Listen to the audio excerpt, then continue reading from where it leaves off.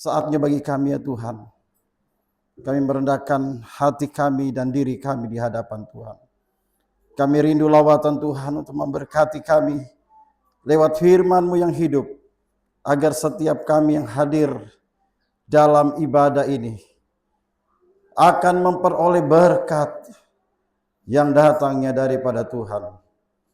Dan oleh karena itu ya Tuhan, tuntunlah setiap kami.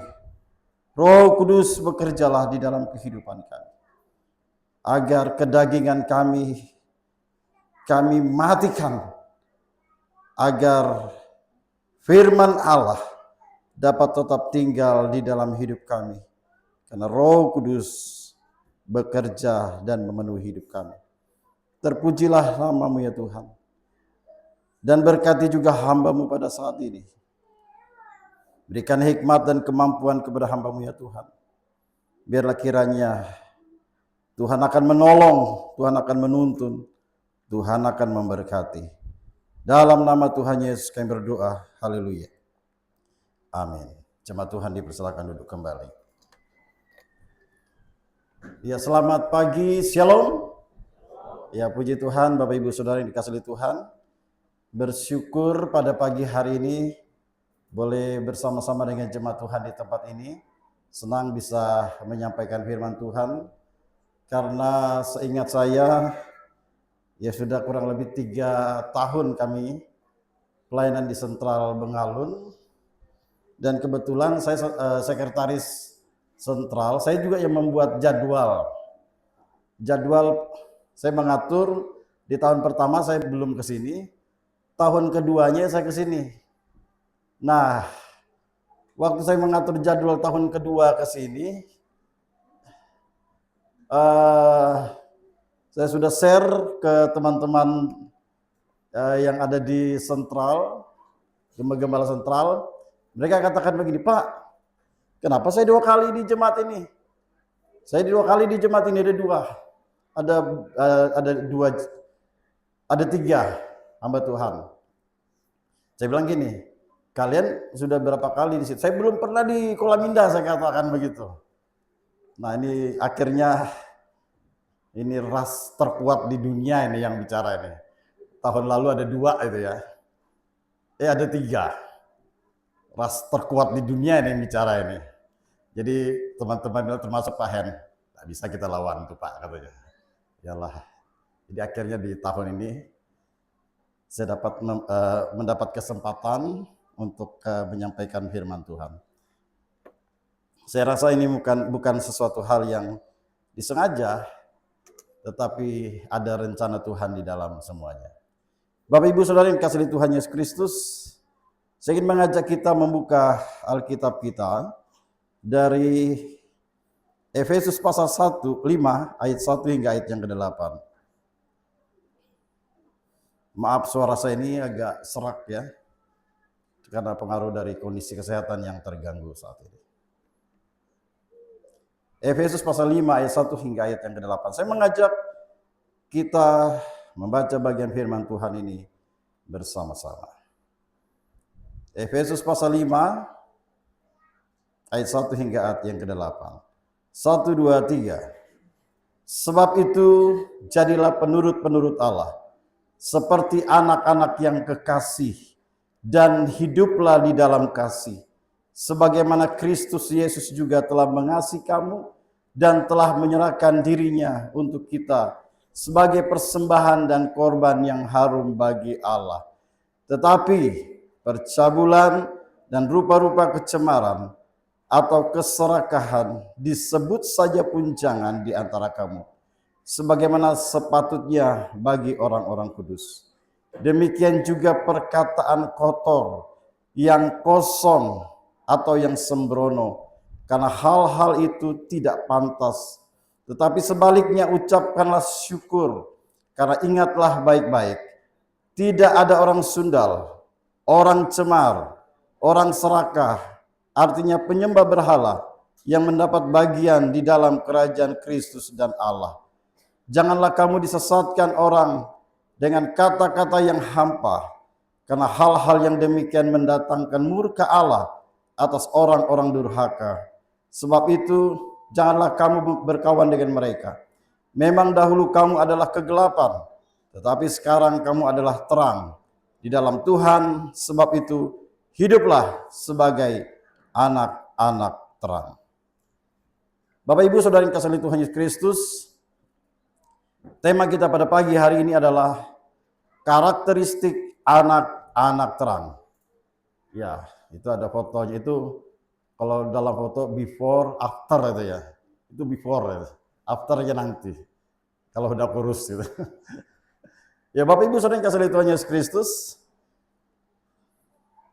kita berbicara tentang karakteristik anak-anak terang.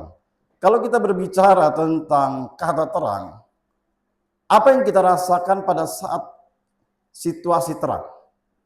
Dalam kondisi terang, apa yang kita rasakan di dalam keadaan itu?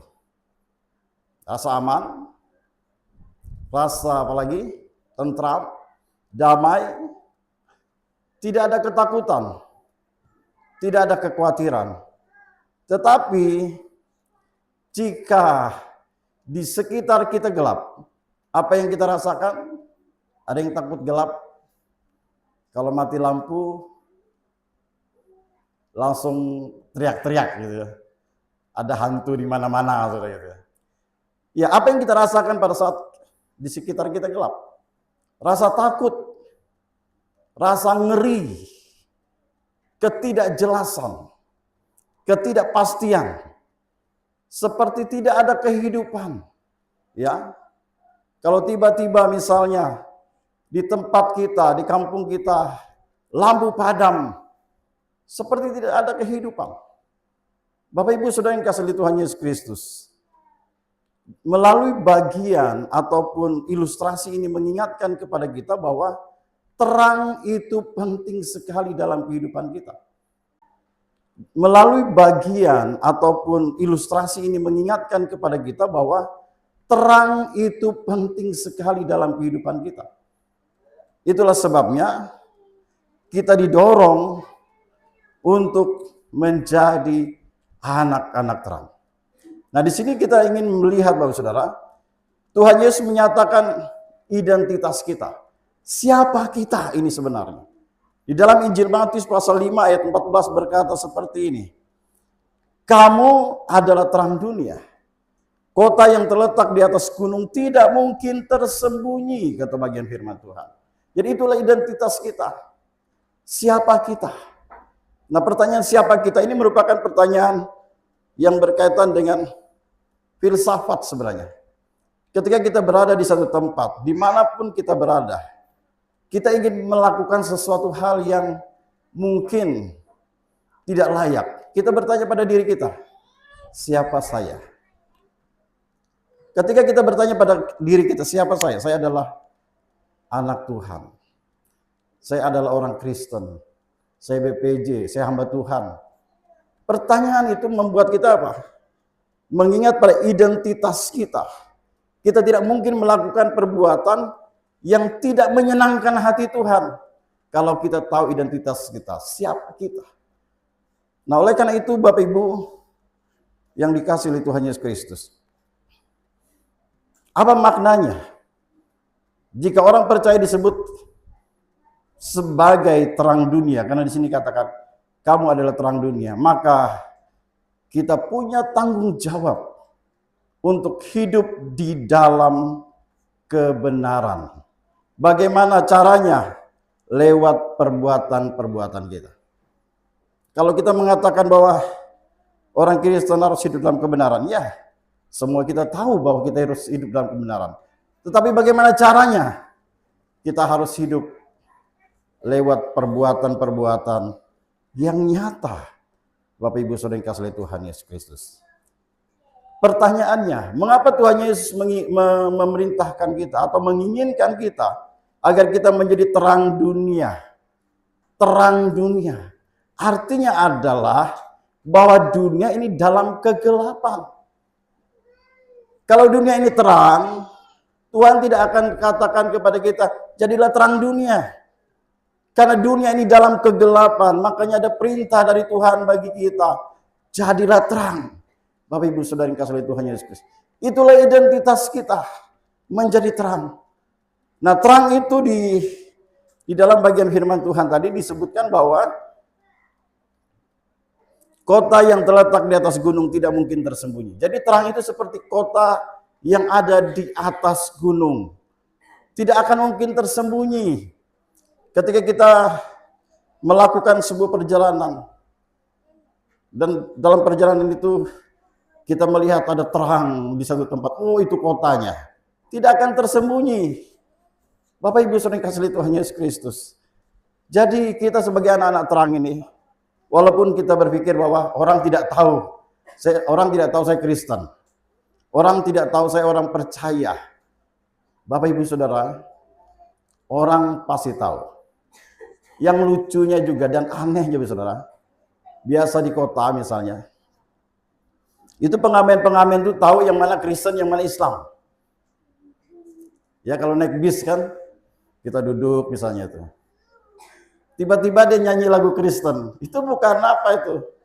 Dia sengaja nyanyi lagu Kristen supaya kita, lagu rohani kasih uang banyak gitu. Dia tahu saudara, yang mana Kristen, yang mana yang bukan Kristen. Karena apa? Kita tidak bisa tersembunyi. Terang kita itu nampak saudara. Kasih kita itu nampak, berbeda. Nah inilah yang disebutkan di dalam bagian firman Tuhan bagi kita. Dan kemudian saudara, tujuan dari penulisan surat Efesus ini. Tujuannya adalah di mana Rasul Paulus memiliki sebuah kerinduan agar jemaat ini bertumbuh dalam iman, bertumbuh dalam kasih dan penyataan kepada Bapa yang mulia agar mereka hidup layak di hadapan Tuhan. Punya tujuan. Bapak Ibu Saudara yang kasih oleh Tuhan Yesus Kristus. Di mana kita melihat latar belakang dari penulisan ini. Kota Efesus adalah kota yang di mana mereka menyembah kepada dewa Artemis. Artinya bahwa ada penyembahan berhala di sana. Mereka percaya bahwa dewa Artemis itu adalah dewi yang mampu menolong dan memenuhi segala kebutuhan mereka. Termasuk perekonomian mereka, termasuk apa lagi? Termasuk perekonomian mereka, termasuk apa lagi? Termasuk berkaitan dengan mereka bercocok tanam. Dan oleh karena itu, pengaruh ini membuat Rasul Paulus menyatakan bagian firman Tuhan ini agar mereka menjadi anak-anak terang. Agar ada perbedaan. Bapak Ibu Saudara yang kasih oleh Tuhan Yesus Kristus. Kan kita di sini juga ada seperti itu. Ya. Mulai digali budaya-budaya yang lama-lama. Saya setuju, Saudara. Kalau budaya itu digali. Tetapi yang digali adalah yang positif. Contohnya, pada zaman dulu orang tua kita kalau dapat babi ya, itu dipotong 10 rumah kanan, 10 rumah kiri dapat. Itu budaya bagus, itu yang digali sebenarnya. Ya. Kalau sekarang dapat babi paling di-share 100.000 1 kilo. Wah, gitu ya. Ya itu memang zamannya sekarang. Tetapi Bapak Ibu kasih Tuhan Yesus Kristus, kita boleh gali budaya-budaya lama kita. Nah inilah yang menjadi kelemahan kita, saya melihat saudara. Kita tidak menggali budaya-budaya kita yang positif. Berkaitan dengan apa? Anak-anak menghormati orang tua. Bagaimana pada zaman dulu? Anak-anak begitu tunduk dan menghormati orang tua. Bagaimana itu terjadi? Nah budaya itu yang kita tingkatkan. Tetapi yang sekarang kita lihat apa? Kekuatannya yang diminta. Ketemu leluhur. Ya, itu yang ditingkatkan. Padahal kan yang seharusnya budaya yang digali itu adalah hal-hal yang positif. Itulah yang membangun suku kita. Itulah yang membangun bangsa kita. Coba perhatikan Bapak Saudara, saya mengamati saja. kalau kita mengandalkan kekuatan-kekuatan leluhur, kita akan bersaing 20 tahun ke depan. Mereka yang mengandalkan itu akan paling bawah. Mengapa? Kan orang teknologi naik terus. Sementara kita mengandalkan kekuatan yang dari leluhur, ya. Itu pasti akan ketinggalan. Makanya orang tua kita tinggalkan itu dulu. Ya, kenapa? Karena mau kemajuan, tetapi kita melihat digali sekarang. Nah, inilah yang Bapak Ibu, saudara yang dikasih oleh Tuhan Yesus Kristus, yang menjadi latar belakang penulisan dari surat Efesus ini, yang ditujukan kepada jemaat di Efesus, agar mereka tidak terpengaruh dengan keadaan dan situasi yang terjadi.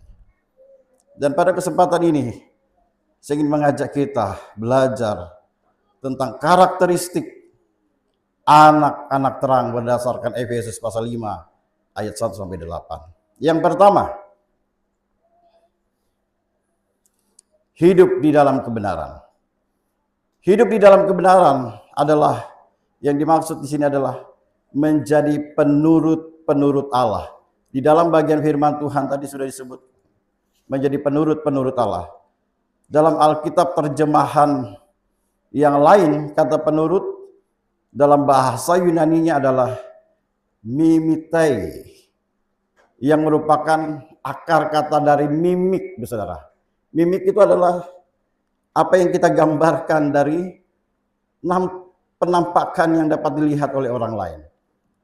Bapak Ibu sudah dikasihi Tuhan Yesus Kristus, yang artinya positif, bukan hanya berkaitan dengan kelihatan luar saja, tetapi berkaitan dengan kita menjadi penurut-penurut Allah. Artinya bahwa kita mengikuti seperti apa yang dicontohkan, yang diteladankan oleh Tuhan kepada kita. Kita sering meniru ya cara bernyanyinya Iwan Fals misalnya kan. Kalau ada suara-suara yang agak serak, wah itu sudah ikut-ikut suara Iwan Fals kan. Ada yang misalnya ikut gaya nyanyi Ebit Giade, wah kan gitu. Kita senang saudara. Karena apa? Karena dia memiliki talenta dan kemampuan yang bagus sekali. Tetapi dalam hal ini saya ingin mengajak kita punya teladan yang patut kita contohi kalau kita ingin menjadi terang, yaitu melihat bagaimana Tuhan Yesus sendiri, dia adalah teladan yang sempurna bagi kita. Dan kemudian yang kedua, saya tidak terlalu panjang karena agak kurang sehat saya sekarang ini ya. Kalau sehat dia 1 jam ini biasanya. Kemudian yang kedua, karakteristik anak-anak Tuhan adalah, yang kedua adalah hidup di dalam kasih. Di dalam ayat yang kedua kita melihat di situ dikatakan, hiduplah di dalam kasih, sebagaimana Kristus Yesus juga telah mengasihi kamu dan telah menyerahkan dirinya untuk kita sebagai persembahan dan korban yang harum bagi Allah. Hidup dalam kasih. Hidup dalam kasih artinya adalah hidup berkorban, menyerahkan diri sebagai persembahan. Artinya apa? Ketika kita mengorbankan sesuatu, menyerahkan sesuatu, pada hari itu juga Tuhan akan memperhitungkan penyerahan dan pengorbanan kita. Ya. Kalau kita berkorban untuk manusia, dia bisa lupa apa yang kita korbankan. Tetapi kalau Bapak Ibu Saudara berkorban untuk Tuhan, artinya kita menyerahkan yang terbaik kepada Tuhan.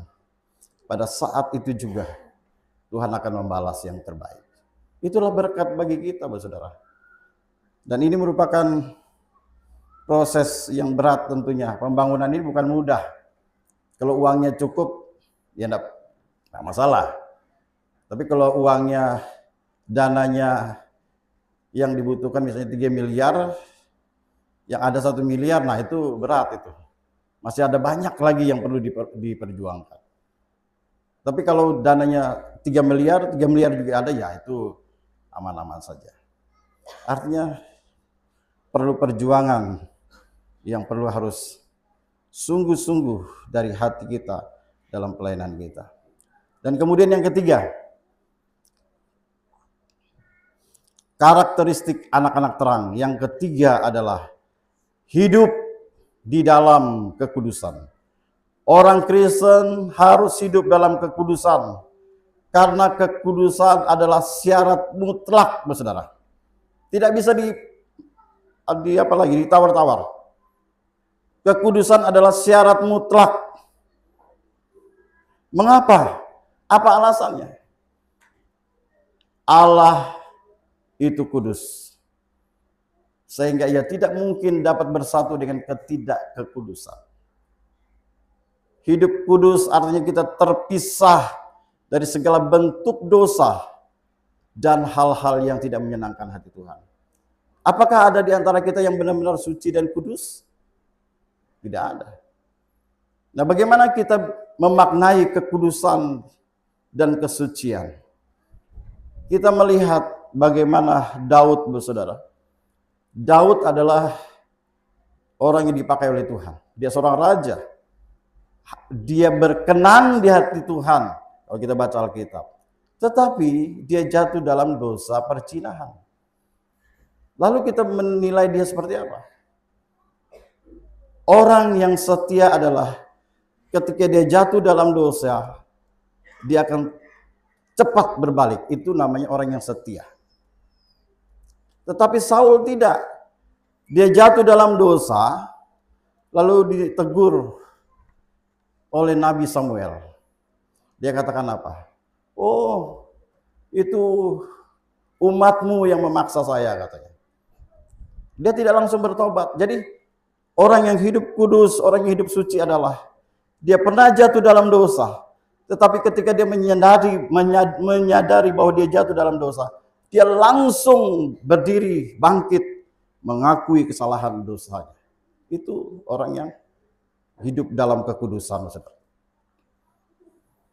Karena tidak mungkin ada orang yang suci tanpa dosa, tidak mungkin. Ya.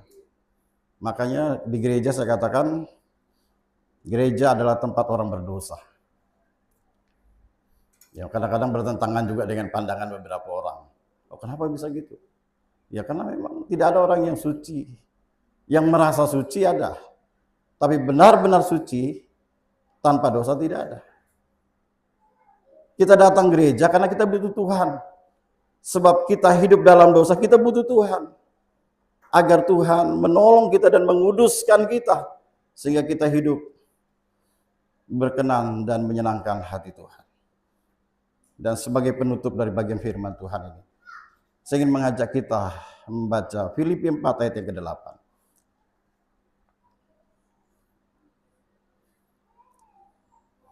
Filipi 4 ayat yang ke-8. Firman Tuhan berkata demikian. 1, 2, 3. Jadi akhirnya, saudara-saudara, semua yang benar, semua yang mulia, semua yang adil, semua yang suci, semua yang manis, semua yang sedap didengar, semua yang disebut kebajikan dan patut dipuji, pikirkanlah semuanya itu. Inilah cara kita menghindarkan diri kita dari perbuatan dosa. Ketika ada godaan, ketika ada tawaran yang membuat kita jatuh dalam dosa, pikirkanlah semua yang benar, semua yang mulia, semua yang adil, semua yang suci, semua yang manis, semua yang sedap didengar, semua yang disebut kebajikan dan patut dipuji. Pikirkanlah semuanya itu. Ketika kita memikirkan itu, kita bisa menghindarkan diri kita dari dosa. Kalau kita tidak memikirkan hal-hal yang begini, saudara, kita memikirkan hal-hal yang menyenangkan berkaitan dengan kedagingan kita. Kedagingan kita ini banyak tuntutannya. Dia mau ini, mau itu, mau dipuaskan, mau disenangkan, macam-macam. Karena kedagingan kita mau dipuaskan, Tuhan tidak dipermuliakan. Itulah sebabnya kita perlu memikirkan apa yang disebutkan dalam Filipi 4 ayat 8. Mari kita berdoa. Bapa kami yang di sorga, terpujilah nama-Mu. Kami bersyukur kepada-Mu ya Tuhan, karena Engkau adalah Allah yang baik, Allah yang mengasihi kami, Allah yang peduli dan punya kerinduan besar atas hidup kami, agar kami menjadi anak-anak terang.